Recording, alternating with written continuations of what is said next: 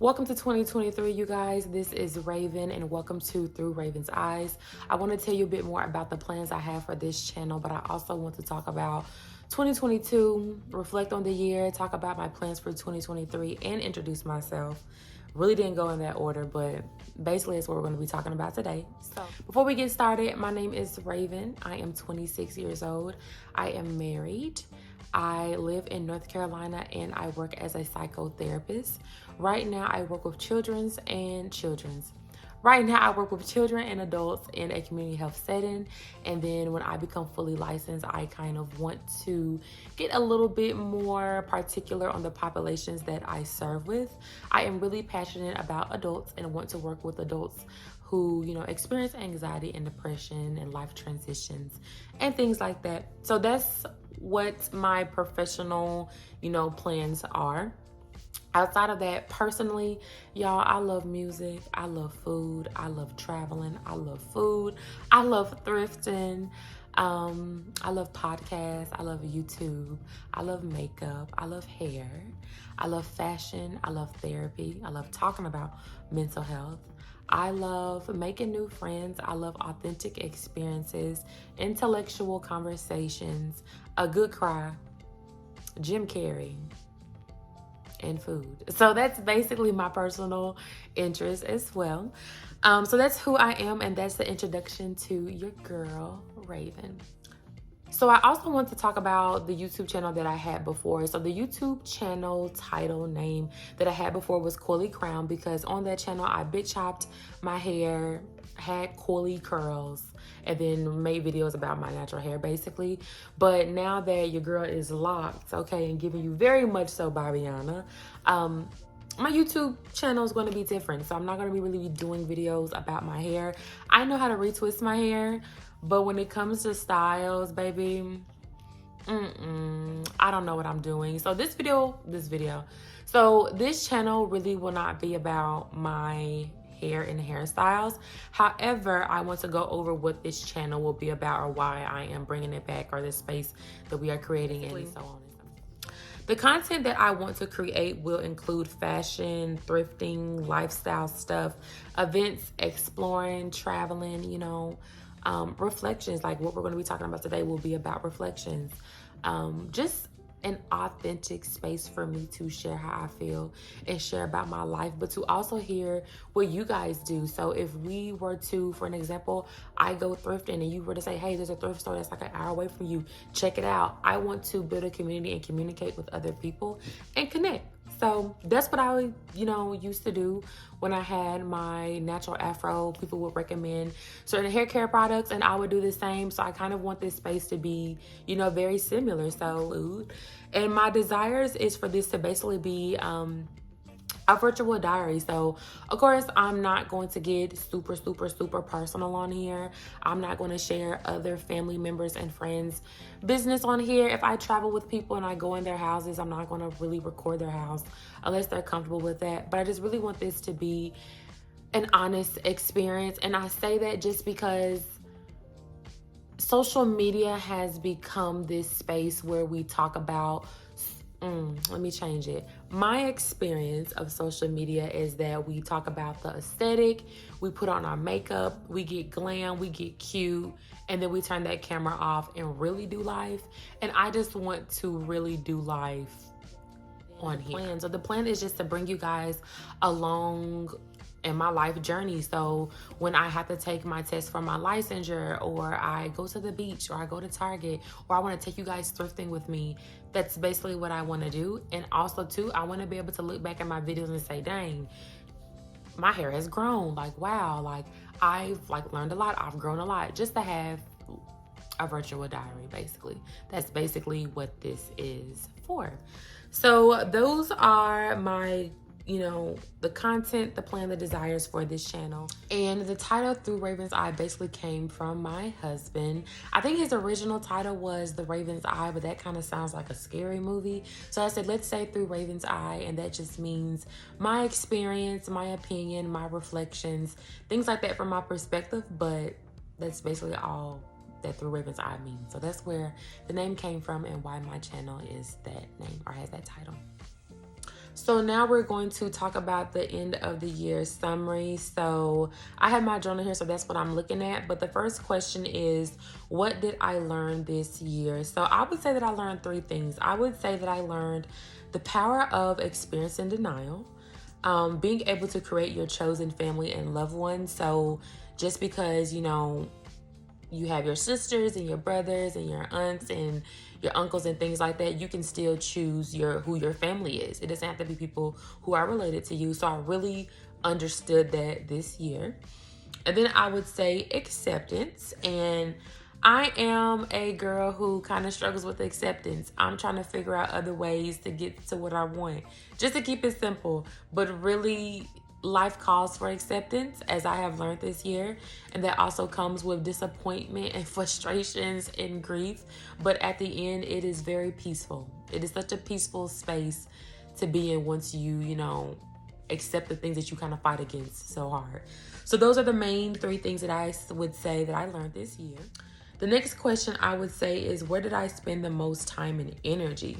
So if I can be honest, y'all, with me saying that I struggle with acceptance, I would say that I struggled trying to adjust my expectations. Ooh, let's say that. I had a hard time adjusting my expectations and trying to understand other people and dynamics and communication styles, and just trying to figure out where I fit in all of that. So to give you guys a background story, I moved to North Carolina like when the pandemic hit in 2020. And then I got married in that same year. And within 2 years, I had 3 different jobs. So my whole setting and title and everything changed. So we're looking at careers changing. I was no longer a student. I had graduated in 2020. I had moved. So what I was used to, completely different. Family, dynamics, communication, completely different. Everything was completely different for me. So having to adjust my expectations and accept certain things was very hard for your girl, okay? Like, that probably has to be the hardest thing I've ever been through. Honestly, that has been the hardest thing I have been through, I would say. And I've been through some stuff, but I would have to say that's like probably the hardest thing. The next question is, what am I most proud of? And I would say how I fought for my joy. So through all the chaos, and I don't even know what to call it other than just like chaos, and I'm thinking, y'all, I'm trying to think of a better word. I would say chaos, I fought for my joy. I did. And I'm going to just leave it there. I'm going to leave it. The next question is, what did I grieve? So I would say, along with those expectations, I grieved expectations, dreams, relationships. I would say that I grieved like this setup and dynamic of certain relationships. What else did I write here? Really just that. So dreams, relationships, and just expectations. Just, you know, learning that, girl, whatever you thought you was gonna get when you was 7 and you was 12 and you was 16 and you was 20, 21, that's not what it's giving, babes. That's not what it's giving. And I can laugh about it now because I've been through it, but y'all, grieving your expectations that you have had since you were a little girl or a little kid, so like put 5 years on it, right? Put 10, put 15, put 20, put 25, and then realizing this whole idea that I had in my head, this is not how it's gonna go. Y'all want to talk about grief? So yes, I say all that to say that's what I grieve this year. Okay, so when it comes to the moments that stand out to me, y'all, I have like 10 bullets of things that stand out to me this year. I went to a Colorado trip to celebrate my sister-in-law's birthday and had so much fun there. I moved to a new city in North Carolina. I went back to therapy, had some amazing therapy sessions. I had some amazing conversations with my mom. Let's take a second and talk about moms. She's probably gonna watch this video. I hope that she does. Hey, mama. moments that, well, me and my mom have always had a close relationship. We always talk, we always laugh, we always have deep conversations. So this really ain't nothing new. But something that really stands out to me about this year is that I was listening to what's her name? Megan Brooks and B. Simone's podcast, Know For Sure. And on there they have like, deep questions that they ask each other like every time they have a podcast. So on there they asked each other, what does my love feel like? So I asked my mom, what does my love feel like? And she told me in so many words, and I kind of feel bad for this, but she said that my love feels like this secret club that people get to be a part of, and that if you are loved by me, it is something to be cherished because it's a select few. Now, I really don't know how to take that, but when I take a second to like actually look back at her answer, that's very much so accurate, y'all. I ain't gonna lie. It kind of is. And I don't mean for it to feel that way or be that way, but I can see that. I can see that.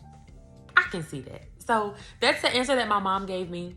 And the answer that I gave my mom was that her love feels like 1,000 women, or it feels like a tribe of people. So my mother just doesn't feel like my mom. She feels like my sister, my little sister, my big sister. She feels like a mom, a receptionist, your teacher, your grandma, your aunt. She just feels like her love feels like the love of multiple women.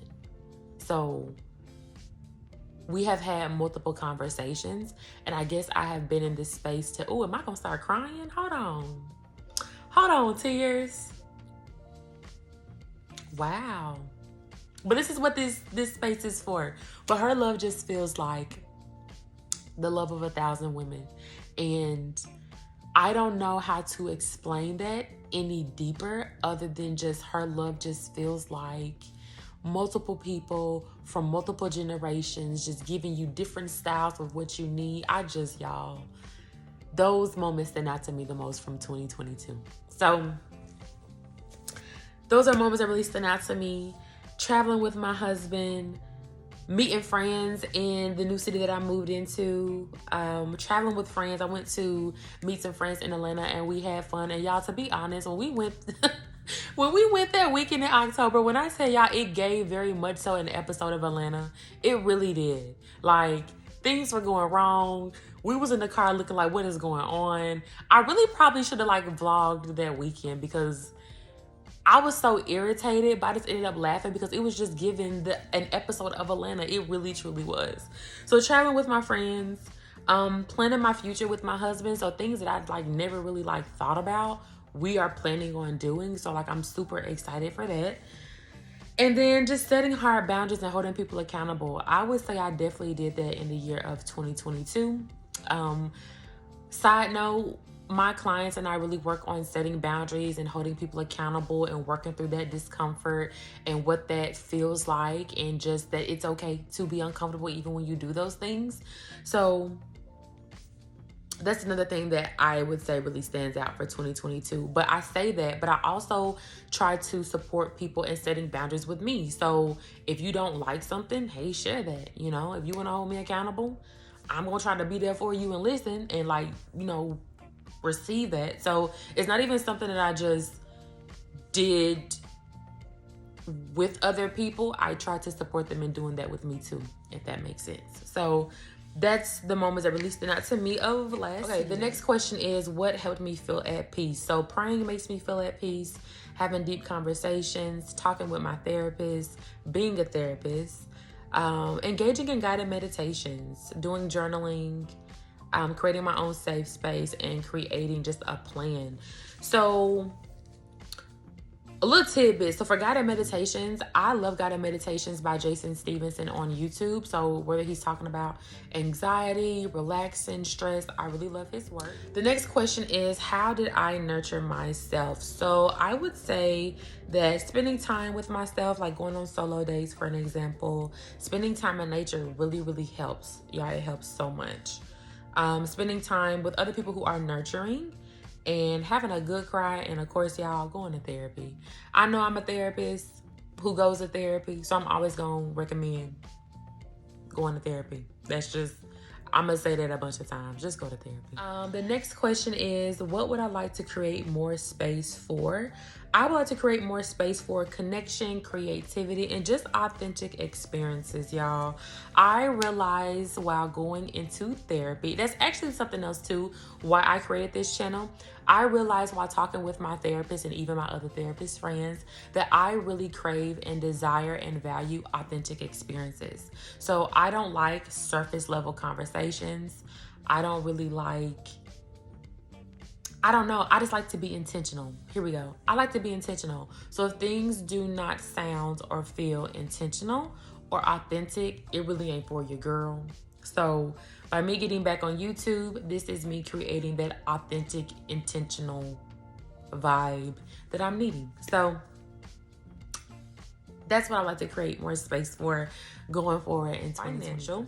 So my goals for my spiritual health is attending church more, praying with my husband more, and just having quiet time to practice like gratitude. And then when it comes to my mental health, I want to journal at least 3 times a week, practice guided meditations, and then also positive affirmations as well. When it comes to emotional well-being, I want to practice acceptance, practice boundaries, and be more assertive.